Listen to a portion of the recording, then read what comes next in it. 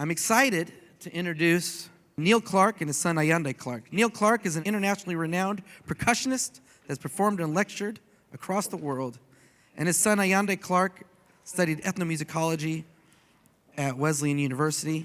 It's just significant that we start the day at the summit with a presentation on the significance of the African drum tradition as a way to get us to think about the merger of aesthetics and politics. And it isn't some new phenomena, but an old one that we have a lot to learn from. So please join me in welcoming Neil Clarke and Ayanda Clarke.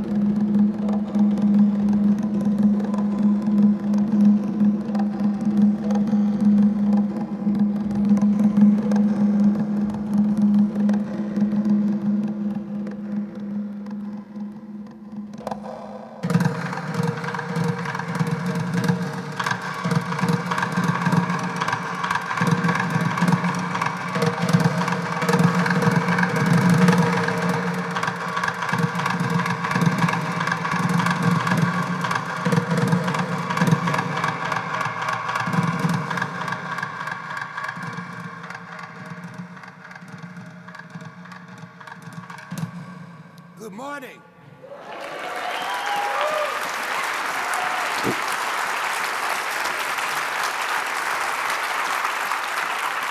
I hope everybody's well.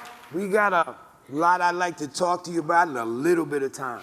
We just took you around the world. For those folks who are literate, okay? We were in Cuba, we were in Brazil, we were in Ghana, we were in Nigeria, we were in Senegal, and we could have went a lot more places. In Brooklyn. And we're in Brooklyn now. And that's significant because I grew up around here. I grew up around 4 blocks from here. I grew up here. I've been running these streets my whole life, and I learned how to do this here, in the streets, in the parks. Brooklyn Children's Museum, Prospect Park, Central Park, Grand Army Plaza. That's where I learned. Not at a conservatory, not at a music school. I learned from doing it. If you don't walk away with anything else today, you will walk away with the fact that there is not a bongo on this stage. Please. There is not a bongo on this stage. And I think you understand why I'm saying that. I learned how to play, and because I learned how to play, I'm standing here. If I didn't learn how to play, I could be dead. I could be in jail. I could be addicted to drugs. But because I found this instrument, I was able to find something that interested me, that allowed me to use the instrument as a vehicle to study not only the music, but the cultures and the substance. There's more to each one of these drums than just playing a nice beat. Every one of them, every single one of these represents a culture with profound wisdom that is accessible to us. And we can use these instruments as just something superficial and trivial as a result of situations that existed in this country and other places around the world. Or we can recognize that these represent an opportunity for accessing profound wisdom and having a very significant impact on people's lives. It's been documented, thousands and thousands of pages of the impact that drumming has on people's lives. It can be used as therapy, elders, recovery from all kinds of physical and mental ailments, et cetera, et cetera, et cetera. It can be used for all of these things. We can access it for that, but we could also use it to access the profound wisdom that's contained in these cultures, that once we understand the rhythms and the significance of the rhythms. Now, why is that important? It's important because in 1739, there was what we know as the Stono Rebellion in South Carolina, where the enslaved Africans used drums to rally themselves in order to try to get to Florida for their freedom. As a result of that, in 1740, there were laws passed against the playing of these drums in this country. Now, today, people will drive up to corporate headquarters with U-Haul trucks full of drums to have drum circles to cultivate team building. Isn't that significant? Corporate America will use drums to cultivate team building, but when the Africans wanted to use their drums as a source of communication, the first form of long-distance communication, first form, no cell phone, you don't need a tower, there's no bill. When Europeans got to Africa, Africans were communicating over long distances with drums. So this form of communication was outlawed for Africans. In this country and any place else where you find Jamaica, any place that you find Africans went and they used their drums. So it's important to understand that there's so much more that these provide.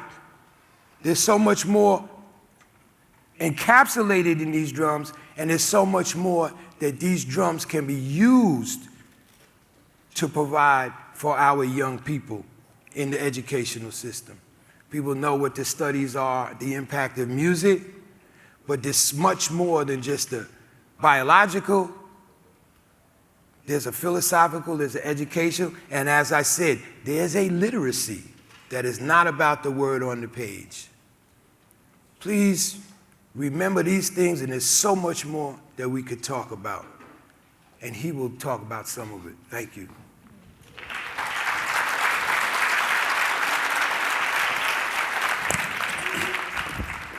No pressure. Just finish that. So I'll start by saying that's how I grew up. That's how I grew up. I grew up here in Brooklyn, but I didn't have to run the streets to learn how to play. I grew up here in Brooklyn, and I didn't have to go to a conservatory because the conservatory was in my house. The conservatory was at home. The conservatory was in the dining room, in the living room, in rehearsals, in performances. The conservatory was in the community. And what we find is when we extract, if we try to extract the music from the culture, the music is devoid of heart, is devoid of significance, is devoid of depth. So the culture, we talk about culture, we talk about identity, we talk about education, we talk about curriculum, we talk about team building, all these concepts are within and part of the fabric that is culture, that is cultural philosophy. And that cultural philosophy is what powers this, is what powers the teaching, is what powers the families, is what powers the community. So when we complain, what's happening in our community, what's happening in our society, but we are not focusing on the maintenance, the promotion of culture, then we run into problems. We run into problems. So what I hope to share with you is that I grew up like this. My name Ayanda means born from the spirit of the drum. No pressure. I'm a product of the New York City Department of Education. I went to some of the best public schools and then went to some of the best private schools. And what I experienced in my journey was that as long as I have this, I can exist anywhere. I can be anywhere while being myself. Yes? So this is power. Culture is power. Foundation is power. These teachings of philosophy, these teachings of identity, these teachings of language. You heard language here. You might not have understood the language, but you heard language. It spoke to you. Musically, it spoke to you. If you understood Yoruba, you would hear, Iye monja ye, ye, ye, iye monja o. If you spoke Lukumi, you would hear, Eshu mashemi. If you spoke jazz, you would hear, if you hear hip hop, you would hear, yeah, I see you. You would hear Real Love. You would hear Mary J. Blige. You would hear jazz. You would hear Art Blakey. You would hear Mongo Santa Maria. You would hear Chano Pozo. You would hear Mamadi Keita. You would hear the legends who espouse the traditional teachings of Africa. Master musicians were responsible for the philosophy, for the culture, for the medicinal, for the psychological, for the educational, for the communicational, for the social aspects of maintenance of community life, because the drum is life. There's no aspect of life that exists without the participation of these instruments. So when we say Africa is the heartbeat, the drum is the heartbeat of Africa. Africa is a heartbeat of hip-hop. Africa is a heartbeat of jazz. Africa is a heartbeat of R&B. Africa is a heartbeat of salsa. Africa is a heartbeat of rumba.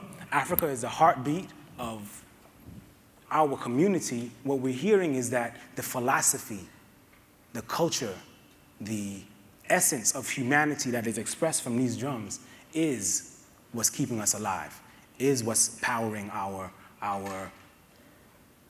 biomatrix, yes?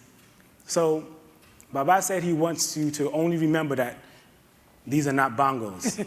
I hope you remember a little bit more than that. But what I hope that you take away, what we hope that you take away from this few minutes is a connection and an understanding that this is more than just the beat. But it is the beat. Thanks, guys. Thank you.